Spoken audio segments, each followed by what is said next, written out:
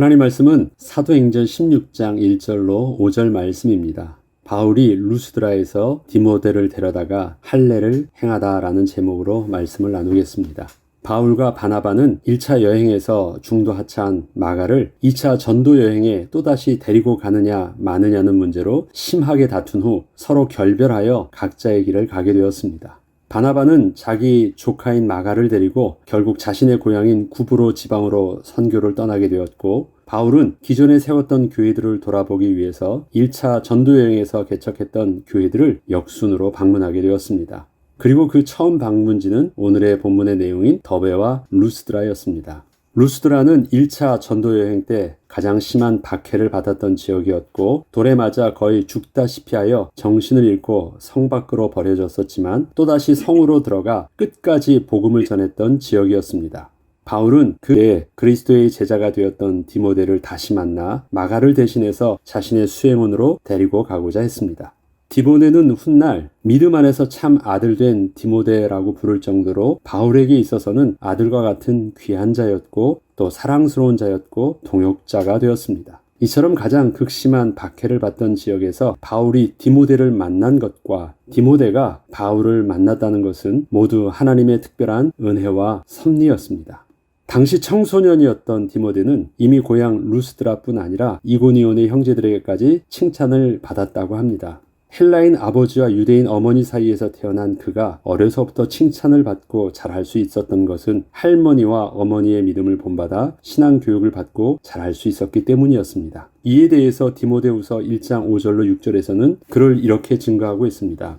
이는 내 속에 거짓이 없는 믿음이 있음을 생각함이라. 이 믿음은 먼저 내 외조모 로이스와 내 어머니 유니게 속에 있더니 내 속에도 있는 줄을 확신하노라. 그러므로 내가 나의 안수함으로 내 속에 있는 하나님의 은사를 다시 부릴 듯하게 하기 위하여 너로 생각하게 하노니. 이렇게 바울은 디모데에게 편지를 썼던 것입니다. 그리고 이러한 거짓 없는 믿음은 또한 성경의 가르침을 통해 얻게 된 것임을 디모데후서 3장 15절은 또한 증거하고 있습니다. 또 어려서부터 성경을 알았나니 성경은 능히 너로 하여금 그리스도 예수 안에 있는 믿음으로 말미암아 구원에 이르는 지혜가 있느니라. 어려서부터 성경을 알았다라고 할 때 그 성경은 구약 성경을 말합니다. 할머니와 어머니에게 성경을 통해서 신앙교육을 잘 받은 것입니다. 이처럼 어려서부터 구약 성경으로 양육되어 온 디모데는 바울이 전해진 복음을 듣고 예수님을 영접함으로 인해 예수 그리스도의 복음을 붙잡은 온전한 신앙을 갖게 된 것이었습니다. 오늘의 본문은 이러한 디모데를 바울이 선교 여행에 마가를 대신해서 수행원으로 데리고 가고자 한 것과 데리고 떠나기 전에 먼저 할례를 받게 한 것을 기록하고 있는 내용이 오늘의 본문입니다. 오늘의 본문이 특별한 것은 바울이 직접 디모데에게 할례를 행하게 했다는 것은 앞서 할례의 문제로 인하여 예루살렘 교회까지 가서 변론했던 바울의 모습을 생각해보면 다소 이해가 되지 않아 보이기도 하는 행동이었기에 이 사실을 사도행전의 저자인 누가는 의미 있게 기록을 하고 있는 것이었습니다. 이것은 바울의 2차 전도 여행의 목적 중 하나가 예루살렘 교회에서 의결한 이방인이 할례를 받지 않아도 믿음을 통해 은혜로 구원을 얻을 수 있다는 내용을 이방인 그리스도인들에게 전해주고자 했던 것도 있었기 때문이었는데, 그럼에도 불구하고 바울이 첫 번째 방문지에서부터 디모데를 만나서 직접 할례를 행하고 있던 것입니다.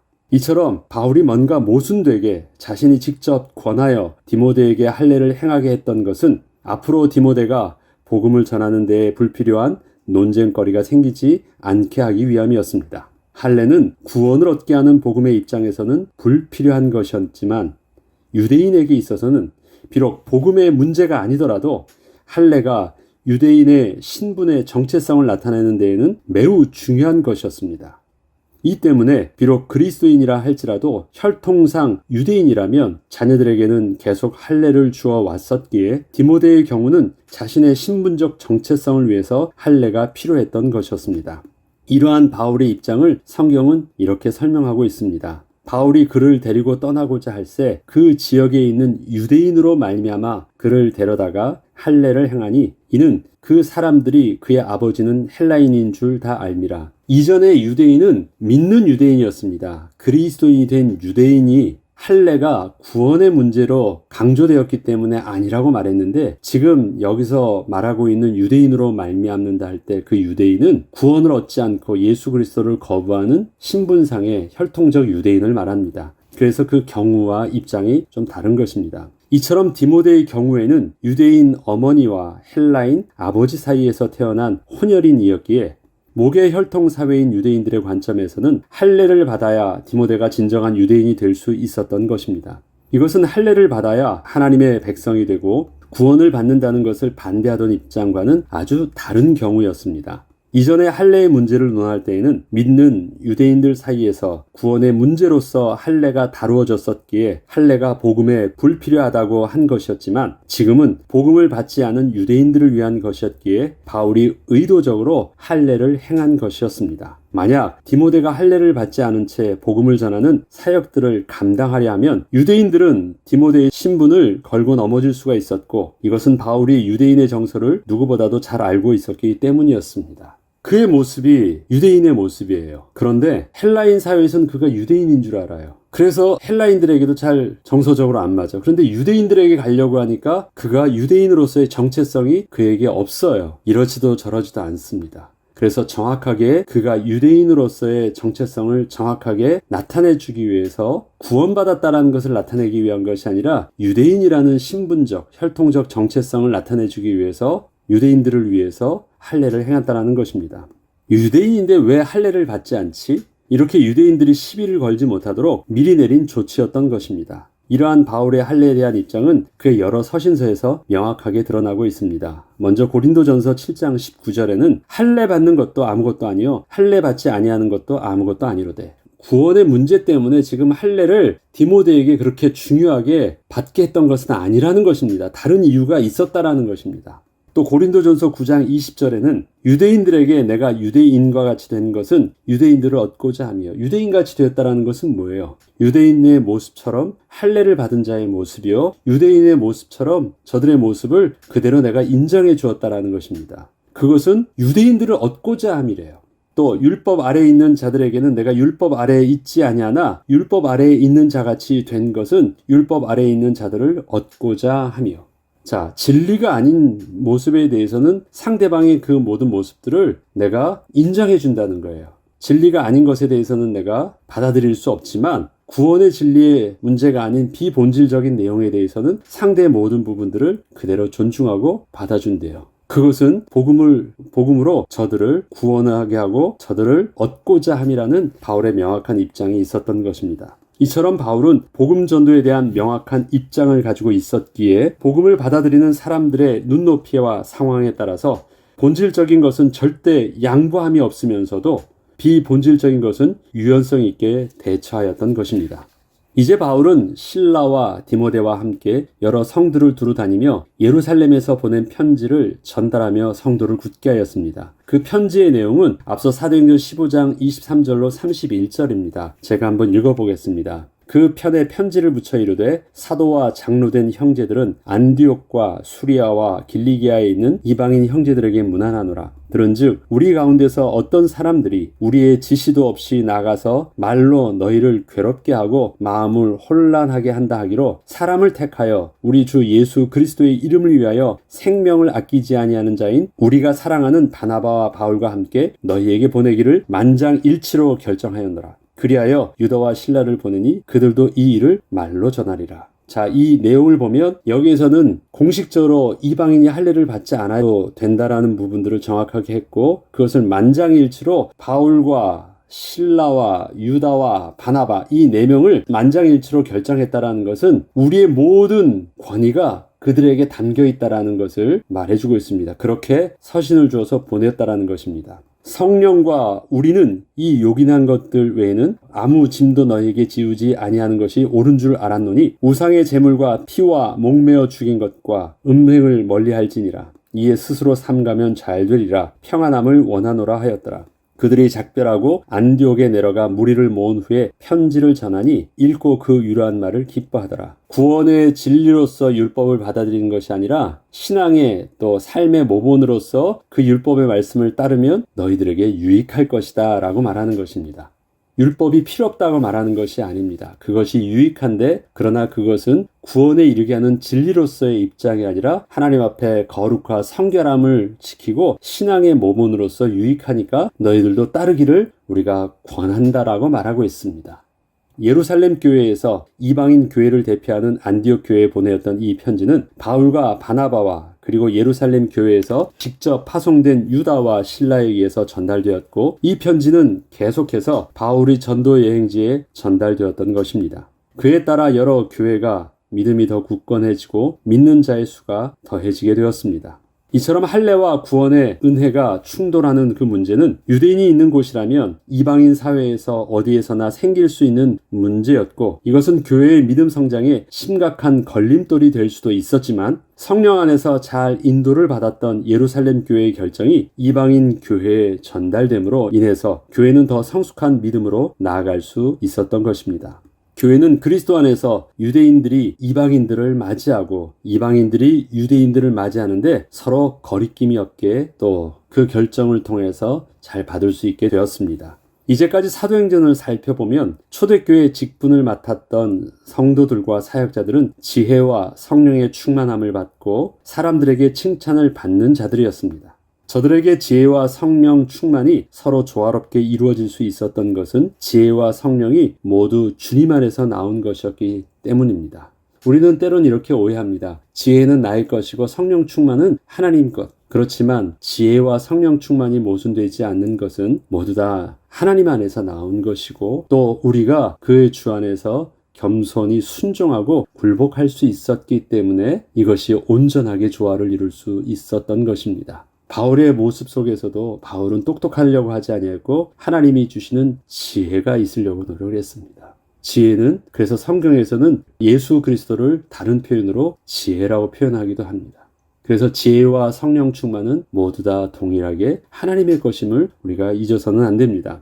생각해보면 바울이 할례의 불필요함을 담은 서신서를 전달하기 위해서 이방인 그리스도인들에게 나아가는 시작점에서 함께할 동역자를 세울 때 먼저 할례를 받게 하고 출발한다는 것이 평생을 유대인의 율법적 사고방식으로 살아왔던 바울에게 있어서는 참으로 어려운 일이 될 수도 있었지만, 바울은 성령께서 주시는 지혜와 성령의 인도하심에 겸손히 순종할 수 있었기에 복음의 유연성을 가지고 그렇게 대처할 수 있었습니다. 자, 율법이라는 것은 뭐예요? 율법에 맞으면 yes, 틀리면 no. 이것이 분명해요. 그렇게 평생을 체질화됐던 바울이 어떻게 하나님의 지혜와 성령 충만한 사람으로 복음 앞에서는 그렇게 유연성이 있을 수 있게 되었을까요? 이것은 성령에 굴복할 수 있는 것이 자기의 고집과 자기의 옳다고 하는 그 의와 자기의 모든 것을 내려놓고 주 앞에 설 수 있었기 때문이었습니다. 그것은 예루살렘 교회에 있는 사도들과 성도들도 성령 안에서 마찬가지였습니다.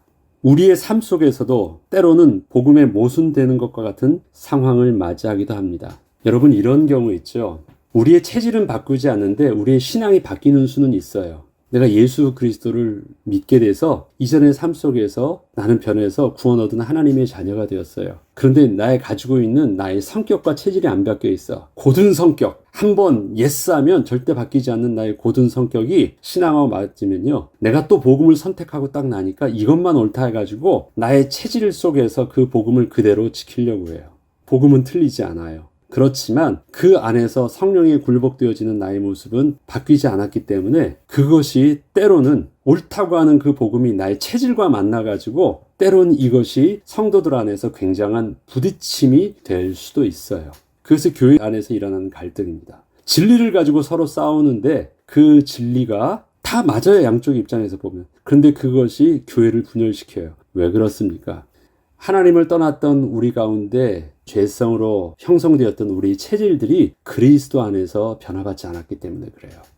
그래서 우리는 복음의 진리는 맞는데 그 진리를 담은 우리의 그릇이 아직은 그리스도 안에서 거룩하게 변화되기까지는 우리는 성령의 충만함을 받아야 되고 날마다 성령 앞에서 굴복해야 되고 그 성령의 인도하심에 매일매일 우리가 몸부림쳐야 되는 이유가 거기에 있습니다. 진리가 틀리지 않는데 우리의 옛사람 자아는 죽지 않으면 그러한 모습들이 우리를 또 옳다고 하는 그 복음 뒤에 숨어서 교회를, 그리스도의 몸된 공동체를 분열케 하고 또 모순되게 하는 것입니다. 그래서 우리에게 복음에 모순되는 것과 같은 상황을 맞이해요. 난 복음은 맞는데 상황이 그것을 딱 보니까 난 양보할 수가 없어요. 그런 상황을 맞이하면 여러분 어떻게 하겠습니까? 그런데 그때마다 단순히 yes or no로 쉽게 결정할 수 없는 것은 입장과 상황에 따라서 그 경우가 달라지기 때문일 것입니다. 유대인이에요. 할례 문제가 유대인의 문제였지만 유대인이 상황이 달라요. 하나는 믿는 유대인에게 있어서 그 할례를 구원의 진리로 말했기 때문에 노했던 것인데, 한쪽은 전혀 복음을 모르는 저들에게 있어서 비본질적인 할례 문제를 진리처럼 우리가 받아들여 가지고 저를 상대한다면 또 그것은 문제가 되기 때문에 그때서는 예스할 수 있었던 이 부분들은 그냥 무조건 할례는 노라는 것으로 결정되어 있으면 해결되지 않는 부분이에요. 유대인들에게 복음을 처음부터 접근조차 할 수가 없는 부분이에요. 유대인들에게 있어서 할례는 생명과 같은 것이었기 때문에 어떻게 믿지 않는 유대인들에게 접근할 수 있겠습니까? 이것은 복음에는 예외가 있다는 말을 하고자 하는 것이 아닙니다. 구원을 얻는 진리에는 결코 예외가 없고 양보가 있을 수 없기 때문입니다. 그렇기에 이 복음이 다양한 신분과 인종, 문화의 사람들에게 동일하게 구원의 진리로 온전히 증거되기 위해서는 사람의 똑똑함이 아니라 성령 하나님께서 주시는 지혜와 충만하심이 반드시 필요한 것입니다. 이것이 우리가 오래 믿고 잘 알고 있어서 아주 익숙한 복음이지만 오늘도 두렵고 겸손함으로 하나님께 기도하며 복음을 전해야만 하는 이유이기도 합니다. 잘 알고 있고 오랫동안 믿었고 그럴 때문에 자신감 있게 오늘은 난 쉽게 전할 수 있다고요? 그렇지 않아요. 얼마나 복음이 중요한지 모릅니다. 우리가 하나님 앞에서 지식을 전하는 것이라면 잘할 수 있지만 복음은 지식을 전하는 것이 아니라 사단에게 눌려있고 잡혀있는 자를 예수 그리스도의 권세로 저들을 끄집어내는 것입니다. 굉장히 영적 싸움이 치열한 부분들입니다. 그래서 하나님께 기도해야 돼요. 그래서 바울과 또 실라가 또 똑같이 새롭게 2차 전도 여행에도 파송될 때 똑같은 곳을 이미 세워놓은 교회에 가는 것이잖아요. 그러면 얼마나 편하게 갈 수 있습니까? 세워놓은 교회에 가는 거니까. 맨 땅에 헤딩하러 가는 것도 아니고. 그런데도 안디옥 교회에서 저들을 위해서 금식하여 기도하고 기도를 받고 권하는 대로 저들이 또 나아갑니다. 그만큼 중요한 것이에요. 복음은 우리에게 익숙한 것이 아닙니다. 복음은 오늘도 우리에게 붙잡아야지 소망이 있는 생명이고 이러한 복음이 교회에서는 매일매일 전달되어져야 돼요. 그 이유가 왜냐면 내일 누가 올지 어떻게 알아요? 이번 주일에 새로운 사람이 복음을 처음이자 마지막으로 들어야만 할 사람이 온다면 어떻게 될까요? 우리가 오늘 이 복음을 전한 이 내용을 우리 인터넷에 올리는데 사람이 클릭하다가 우연히 또 분이엘 교회 설교를 또 우연히 듣게 됐는데 그 한 번 들었던 내용 딱 한 번만 들을 수도 있어요. 들어올 수도 있고요. 근데 그때 그들은 무엇을 들어야 되냐면 복음을 들어야 돼요. 예수 그리스도의 구원에 얻는 복음을 들어야 돼요. 많이 들어서 사람이 변화되는 게 아닙니다. 한 번을 들어도 성령께서 그 복음에 역사하시면 구원을 얻는 것입니다. 그렇기 때문에 우리는 날마다 등대의 빛을 비추어야 돼요. 오늘 빛을 비추는데 오늘 귀찮아서 등대불이 꺼졌어요. 뭐 매일 비추는 거 별일 없었는데 내일 새로 고치지 하고 안 고쳐봐요. 근데 그날 그 밤에 등대의 빛을 찾는 사람이 있었다면 어떻게 될까요? 우리가 매일매일 기도하고 매일매일 우리가 복음에 우리가 민감하게 은혜를 내려야 되는 이유가 여기 있습니다. 오늘도 우리의 믿음과 신앙이 성령 안에서 그래서 새롭게 힘을 얻어 또 새롭게 시작하는 하루가 되기를 주 이름으로 축복합니다. 기도하겠습니다. 거룩하신 하나님 아버지, 우리에게 주신 생명을 얻는 복음은 결코 양보할 수 없고 대처할 수 없는 유일한 구원의 진리임을 고백합니다. 그러나 이 구원의 진리가 우리의 고집과 우리의 체질과 우리의 치유받지 못하고 성숙되지 않은 신앙으로 인하여 많은 사람들에게 복음으로 전달되지 못하는 그런 어리석음을 범하지 아니하도록 오늘도 주의 성령의 인도함 받게 하시고 성령에 충만하게 하시고 성령께서 주시는 지혜로 우리의 만남과 우리의 모든 상황 속에서 온전히 인도받게 해 주셔서 이 복음이 오늘도 여전히 우리의 삶의 모든 순간 속에서 예수 그리스도의 생명의 복음으로 증거되어지게 하시고 오늘도 우리의 발걸음 속에 하나님 나라가 회복되는 역사가 멈춰지지 않게 하옵소서. 감사드리며 우리 주 예수 그리스도 이름으로 기도합니다. 아멘.